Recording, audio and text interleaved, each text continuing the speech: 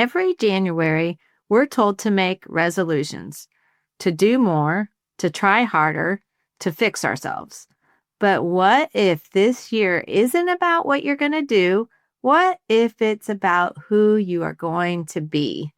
Today, I'm sharing my top 10 ideas, reminders, whatever you want to call them, for stepping into 2026 with more peace, confidence, and clarity. Because when who you're becoming changes, everything else follows. Hi, friends. Welcome to Taking Back Happy. I'm your host, Gina Granville, God's girl, retired homeschool mom of 4, empty nester, Gigi, essential oil and exercise enthusiast, Christian life coach, and someone who is taking back her own happy. I know many of you feel exactly like I do in these midlife years, wondering if your best days are behind you, but feeling way too young and vibrant to sit on the porch and just watch life go by.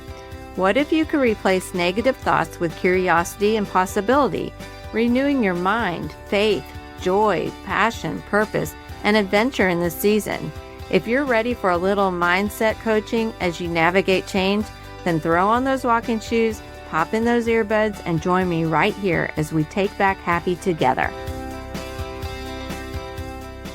Hey friend, it's 2026. I am so glad you are here.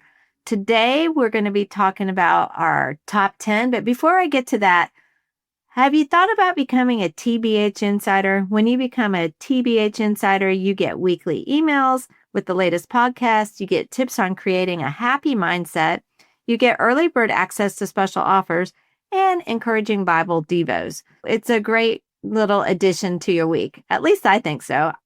Also, the Taking Back Happy Facebook group is a great place to connect with other like-minded people. And if you want to schedule a free 1-hour Taking Back Happy mindset coaching call, January is a great time to do it. And I'll tell you a little bit more about that later. So when I was thinking about the new year and like what I wanted to share with you guys, I was thinking about how we make those resolutions, we make those goals.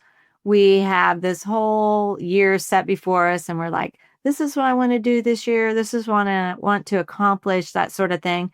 And I started thinking about it. A lot of times, you think about when you go to the gym and it's so packed in January, and then you go back like even the end of January or, middle like February, it's not busy anymore because we let those things drop off. So I started thinking about instead of like what we want to do, what if we focused on who we wanted to be this year?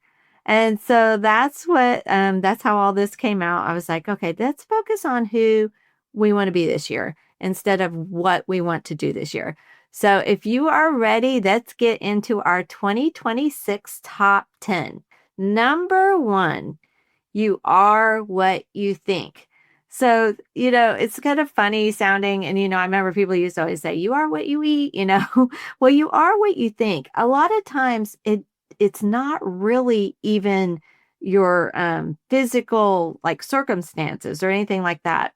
I was talking to a friend the other day and she was in a Facebook group and they're with people that have lost weight and things like that. And she said, there's so many times that they've lost a ton of weight, but they still see themselves as a person that's overweight, a person that's fat. And they're like, it's all really in their mind. But that's how they see themselves. So it's like what you think is really who you are, right? And, I think a lot of times too, when we're younger and something happens, like you're in school and you have trouble reading in front of people or you get a bad grade on something, and then you carry that with you for years and years and years. I know I've told you guys this a million times. When I was growing up, I was like, I'm not a math person. I'm not very good at math. And so you are what you think. Number 2, feelings drive actions. I know in the last few years I've been in sales and I was selling wellness products. I'm still selling them, but not full time. And one of the things that we learned, because a lot of times I thought, well, if you get just the right ad, just the right advertisement, and I'm real teachy, like I'm real sciencey. So I'm like, if I tell them all the reasons why they need this, why they'll have better health, then logically they're going to buy this product, right? But that was not the case at all. What I really discovered was when you're in sales and we buy things because we want to feel a certain way. This certain supplement does this certain thing, but I want to feel good. And so in order to feel good, I'm going to take that supplement. Or I want to buy this certain clothes because I feel a certain way when I wear those kind of clothes, or a car, or whatever it may be. We want that feeling, and that feeling actually drives our actions. Number 3, you can't change other people. Okay, so this is huge. And the sooner that we learn this one, the better our life is going to be. So I think about like so many times I wanted to change someone. I still want to change people. I still think, they should do it a certain way or blah, blah, blah. Or if only they would do this, but that is not the case. That is not realistic. I remember when I was married and I would always come home with these books. So we were raising kids, our kids were young, and I would come home with all these different books about, you can be a good spouse, you can be a good husband, you can be a good dad if you just do XYZ that this book says. And looking back on that now, I think, okay, that was probably a little demoralizing, really. And in reality, it didn't matter how many books I gave someone. You can't change other people. There's only one person you can change, and that is the person that is looking back from the mirror at you. So, the old meme, it says, worry about yourself, just worry about yourself. That's what we need to do. We need to focus on changing ourselves and not worry about changing other people. Number 4, we are winning or we are learning. So I want you to take the word fail, failure, blew it, I suck at it, whatever it is. I want you to take that out of your vocabulary. So instead of saying I failed at something, I want us to have a new perspective with that. I want us to be looking at like, okay, either I was successful at this thing I did, or if I felt like I wasn't really successful, I learned something. So we should be looking for if we feel like something failed or it wasn't our best or it wasn't what we set out to accomplish, what did we learn from it? Because if we're looking through the mindset of winning or learning, it changes a lot of things for us. Number 5, don't get stuck in the past.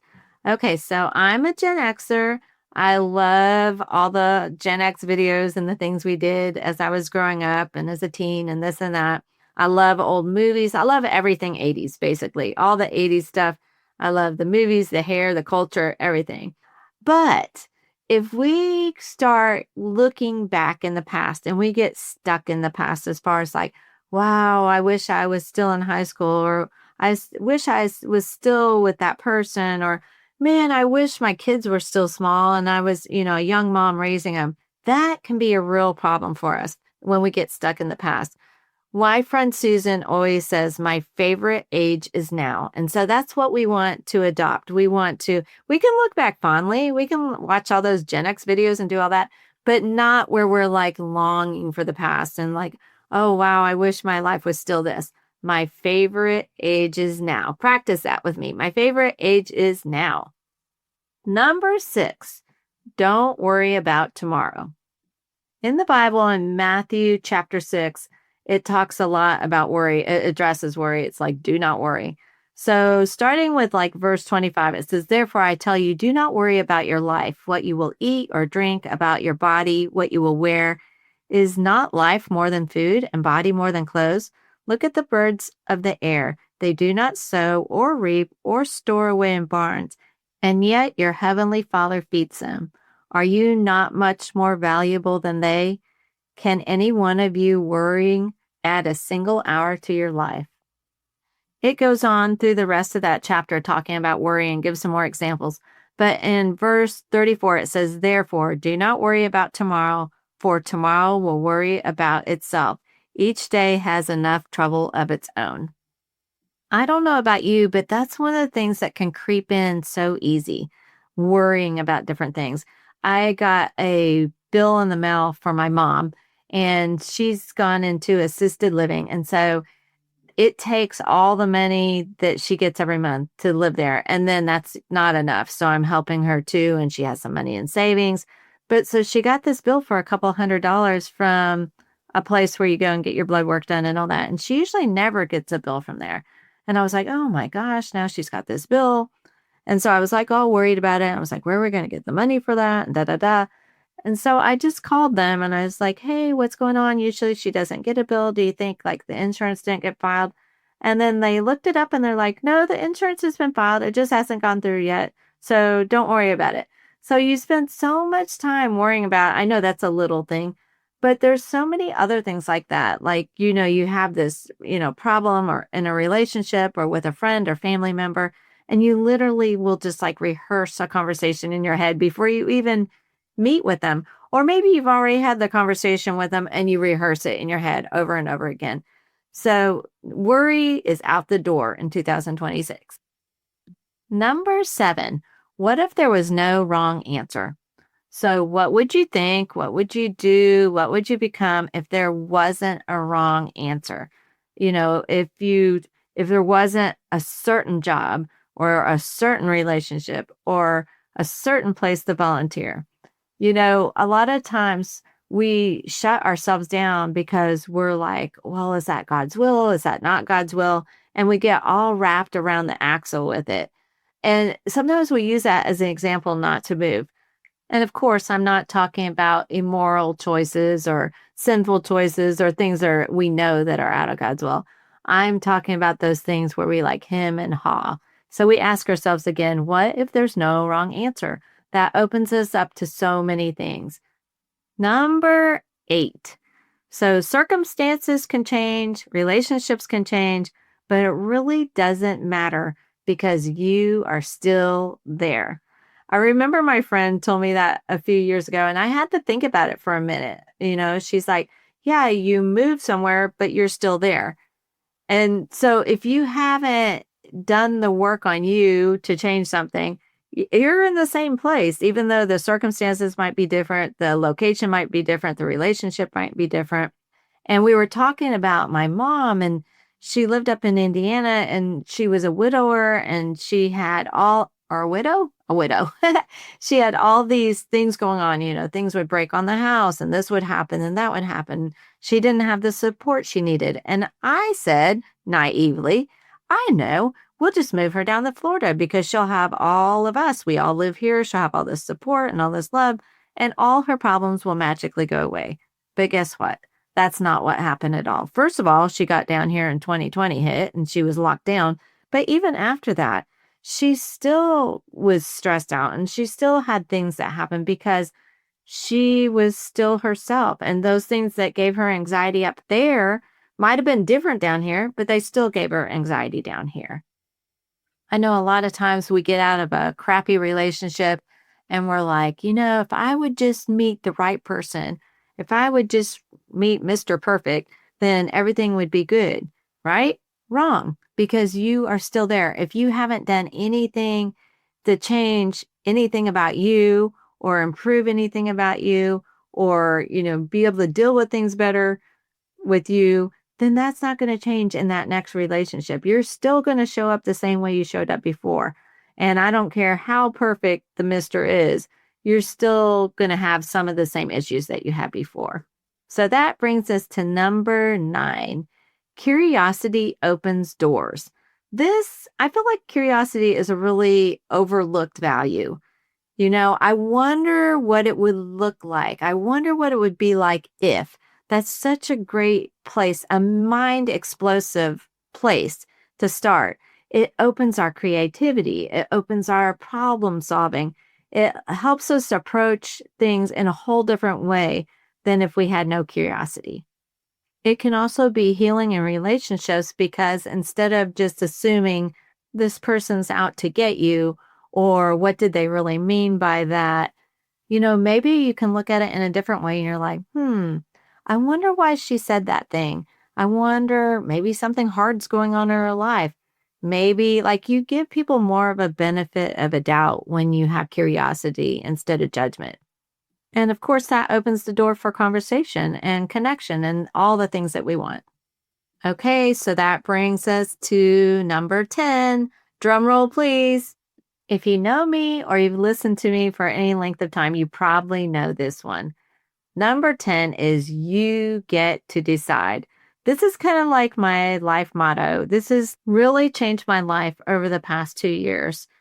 4 simple words. You get to decide.